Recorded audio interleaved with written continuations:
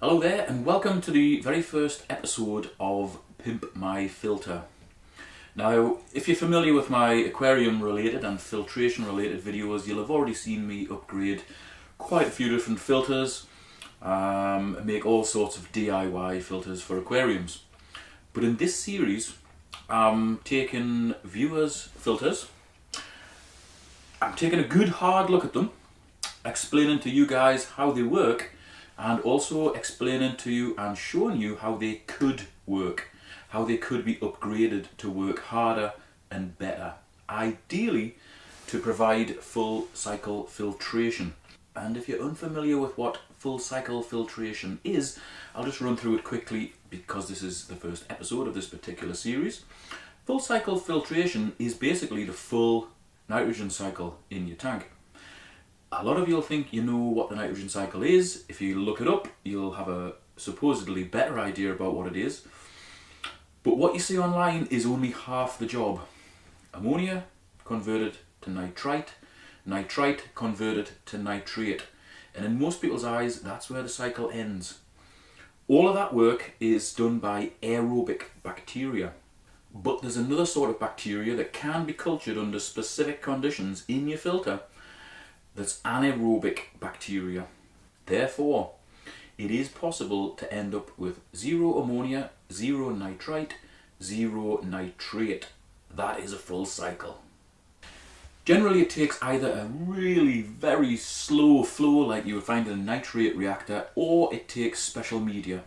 Media with an internal structure that will support both aerobic and anaerobic bacteria. And you need enough of that media for the size of the tank and the stock of the tank to support enough bacteria of both types to give you the full cycle. I'll put relevant links to relevant videos in the video description because a lot of this I have gone through before, so check that out. Okay, you're probably waiting for a fancy intro. You're not going to get one. That's one thing I never do, is put intros on the videos. Okay, first episode, first filter. This is the Oase BioPlus Thermo 200. Basically, at its heart, it's just a sponge filter powered by a pump, and it has a slot in the back here for a heater to go in.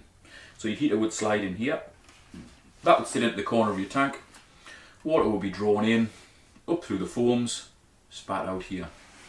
Okay, before I come in for the close-ups, I'll just take the filter apart. Actually, I'll put a link to the Oase video about this filter in the video description. So if you want to see Oase's video about their filter, it shows you how it works and how it comes apart and so on, check that out in the video description and in the pinned comment. Basically, it comes into two parts. So this bit, which would normally be stuck on the side of your tank, can just be left there, and all your foams and muck can just be taken off, away to be cleaned. That's a very good idea. And this is where the real magic happens, or where the real magic should happen. You've basically got a top piece, and then you've got three compartments with foam in. 1, 2, 3, and a base plate on there. I'll put this back together, come in for a close-up, and I'll show you how it works presently. Okay, that's our filter. That's the front of it. That's the back of it that goes into the corner. Would normally have little suckers on here and here. That would enable it to be stuck to the side of the tank, and obviously it would normally have a heater in here. So as it is now, water is drawn in through these little slots at the side here. See our slots there? Goes down. Hits that base plate, mills around in here, and then it flows up from this point. So that's where it's flowing up from, up here, through this tube. Okay, so in here, mills around in here, comes up the back,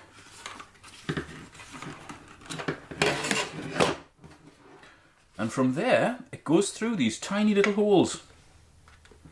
in the top of each section. Just get rid of that. We'll start with the bottom one. So it goes round, comes up through here, and it can get down the side of there. It can also get over the top of there as well, and it can go down here. No drainage holes in the bottom, so we collect a lot of muck in here. I think you're seeing the problem here. Where does the water go from here? Does it go up through the trays? Well, no, because the trays are actually closed off. So when you've got that on there, water goes in here. It can just shoot across the top of the foam, and it actually comes up the front here. See that little slot there? And we've got one there. Water goes up the front, just inside the front of here, through that little slit, through some foam in a little container here. There you go. Through the grid, into the pump, and back out to the tank. Either through the main vent or through these little holes going along the side of here. And you can alter the flow depending on what you want. Now if only you could guarantee it would go through all the trays, that would be good. But all it takes is this to become clogged, and this entire tray gets missed out. Then on this tray, if that gets clogged, it's all on the top tray. Plus it's only got foam in. Foam will generally only support aerobic bacteria. So whilst it might be very good at processing ammonia and nitrite, this is going to be, and is, a nitrate factory. So what we want to do is give the water that's coming through here as much dwell time inside the filter as possible, have places where the muck can settle out, and also have places where we can hopefully get enough good filter media in to make a real difference to the water quality and, in an ideal world, reduce the nitrate. Okay, so this is what I'm going to do. First of all, the little foam in the top is definitely coming out. And because all of these foams in these three sections are exactly the same size and exactly the same density, which would be classed as very coarse, they're coming out as well.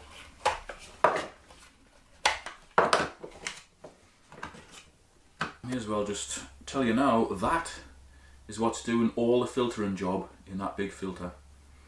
That's not much.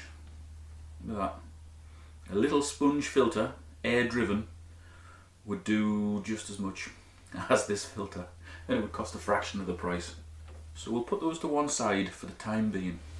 Let's concentrate on this bottom container. Because this is where we want a lot of the muck to settle out, I'm not going to start drilling holes all over inside of here, because then when it's lifted out, that muck is just going to come out the side and back into the tank. However, what I am going to do is put some very small ceramic heavy rings in the bottom of here to trap and hold the heavy muck and hopefully keep it away from the foams, because the last thing you want the foams blocking with is heavy muck that gets pulled in here.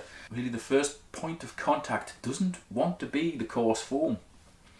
Although that will trap the muck quite nicely, because you've got a very small surface area, it's also going to clog quite quickly as well. Therefore, we're going to use Eheim Mech. That's reasonably inexpensive. I actually bought a 2-litre one specifically for upgrading filters for people. And that's all we're going to use in there. Just a little bit to half fill this container.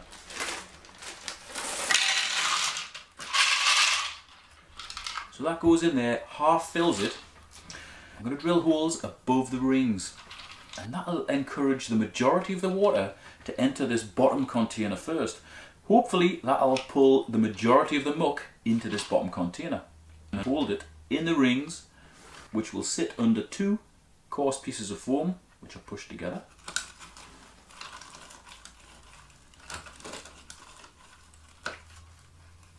Like that. We could always just cut one of these through the middle if you didn't want to buy extra foams, that would be okay. Just half the depth of that. That would push in the top, no problem at all. But I've gone with 2 pond foams that I've cut, simply because they can be taken apart and cleaned really thoroughly. I'm not sure if you can see there, but if I shone a light through there, you'd see a core of muck in the middle of there, where it's very difficult to clean it out. And these filters aren't very old at all. So really you've got that core of muck in the middle, full of just rotten stuff that you can't get out. That's why we're going with 2 smaller foams.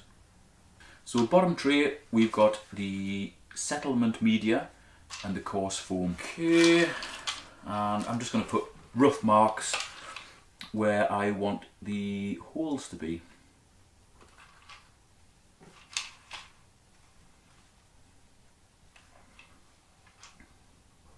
And I'm just going to roughly mark out where I want the holes to be.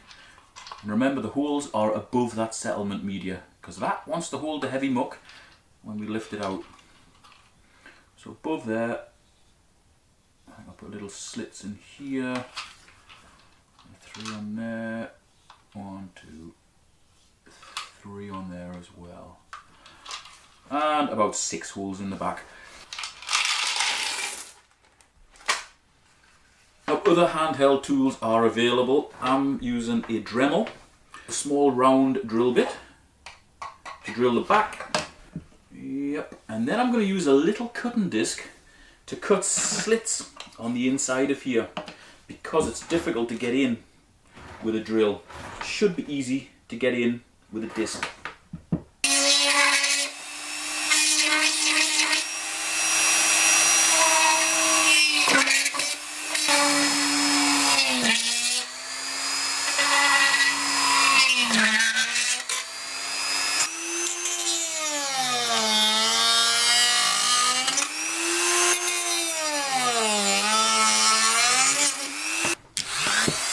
Alright, I'll just tidy that up a little bit.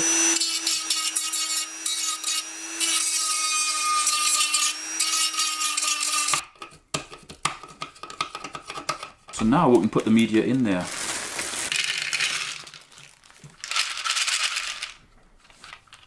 There you go, you can see the holes are just above it. The important thing is the foam comes right up to the top of here. So when the water comes through the back, has to go through the foam or just down the sides and into our settlement media, those rings in the bottom. Muck will be contained in the bottom here, and the clean water will still be able to get out up the sides of the foam and also through the foam and into the other sections. Now ordinarily our next section would cap the top of this off, so none of the water coming through the foam would be able to get up into the next section. It would have to go out the side through this little chamber here and be drawn up into the pump. Now that's the most difficult part done. That bottom tray can go over there. So now we're left with 2 other main trays. We're going to be drilling holes in the bottom of this next tray that sits on top of here. What that'll do, it'll allow water to come straight up through the top of this bottom tray, through the bottom of this next tray, and directly into media or directly into another foam. Bumpy bit of foam downwards in there, and then on top of that we're going to put some media. But let's get the holes drilled first. Now the bottom of this has got little fins in the bottom, see them? We really don't want to be drilling through those, but we can roughly see where they are. There's a slight bit of discoloration there, so we're just going to mark on with a pen where those fins are. We'll be drilling in between there.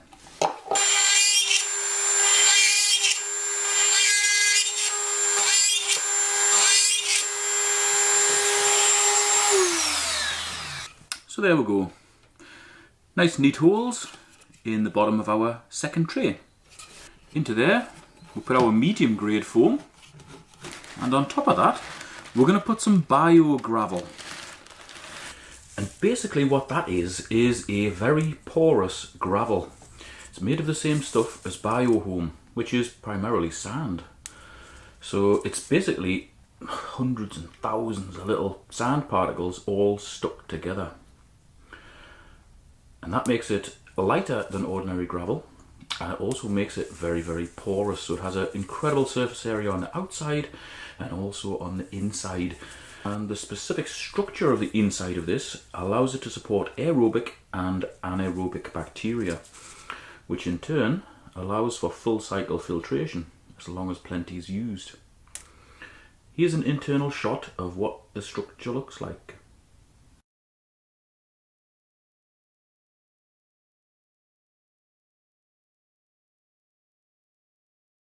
Just a quick note on cleaning this media as well, because you might look at it and think, how the hell are you going to clean that? Tip it out with your filter into a sieve, put that into a bucket of water that you've drained off the tank, and give it a shake. Any muck that's settled on the media will come off and end up in the water.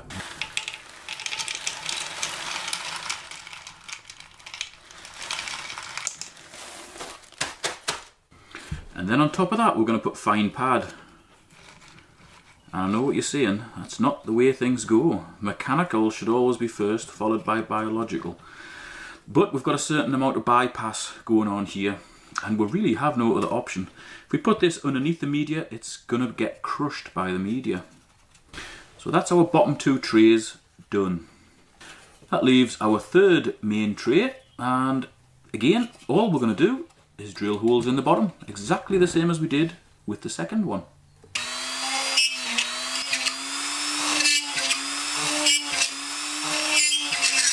There we go. Again, nice neat holes, allowing the water to come up into our media. That media will again be biogravel.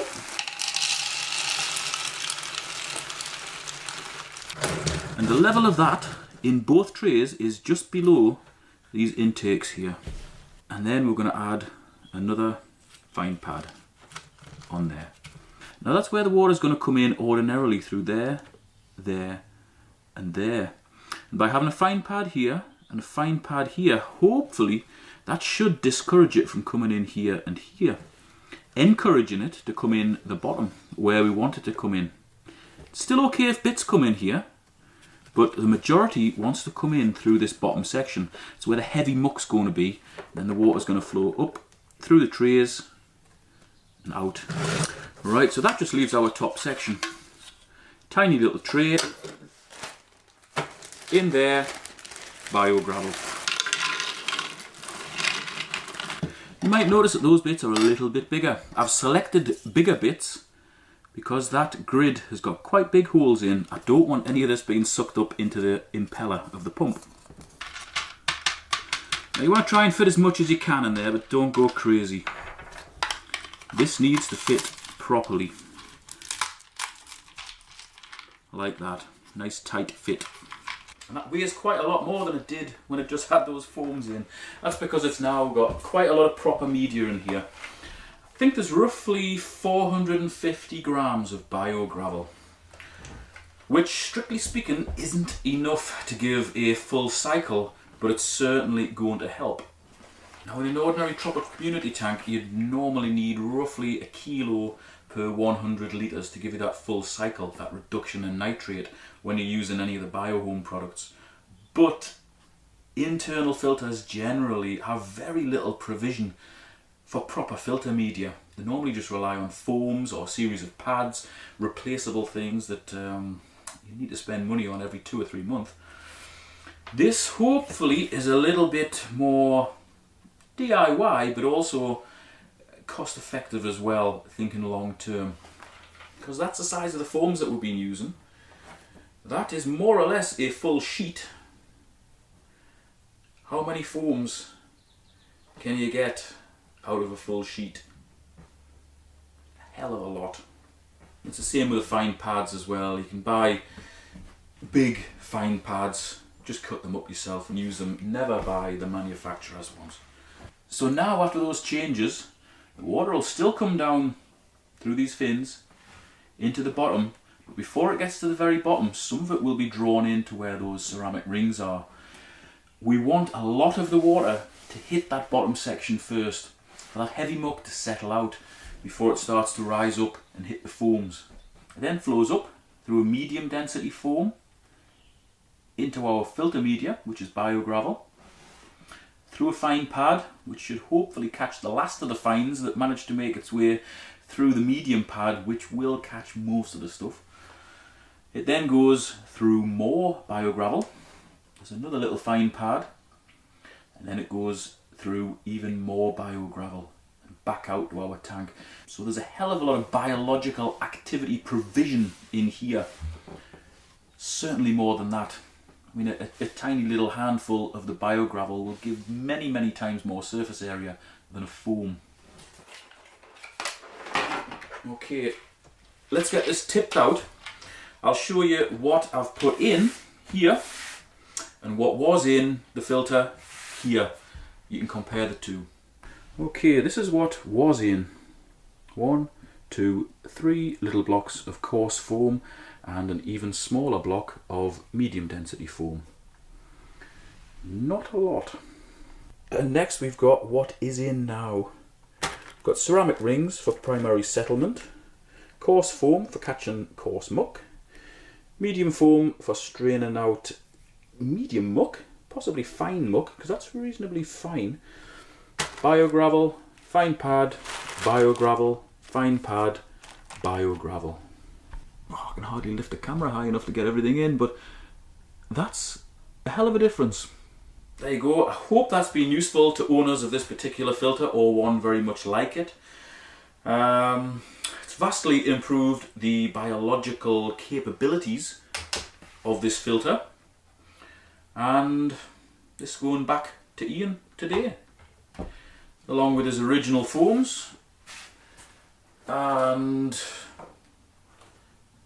these spare foams that I cut. And I might as well give him that as well. And I might as well give him a little bit spare biogravel, because I know he has got a smaller version of this, so he might want to upgrade it. That should be enough. More than enough. There you go. All of that is yours for the low, low price of $0. And if you're watching this and you've got a different filter that you want me to upgrade, please get in touch. My details are in the video description and also in the pinned comment. I'm basically looking for different filters to upgrade. You've preferably got to be in the UK, because in order for me to send this to America, it costs a fortune, especially when it's made heavier by adding proper media to it. So really this is just for UK viewers, unfortunately. Hopefully viewers around the world will get benefit from watching me upgrade particular filters, but only one person in the UK will be lucky enough to have one particular type of filter upgraded. So many different types of filters. This is a series that could go on and on and on. If you've liked this video, give it a thumbs up. If you've got a filter you want me to upgrade, get in touch. And feel free to share this video wherever you want. Wherever you think anybody might benefit from seeing it, by all means, share it. Thanks for watching. See you next time.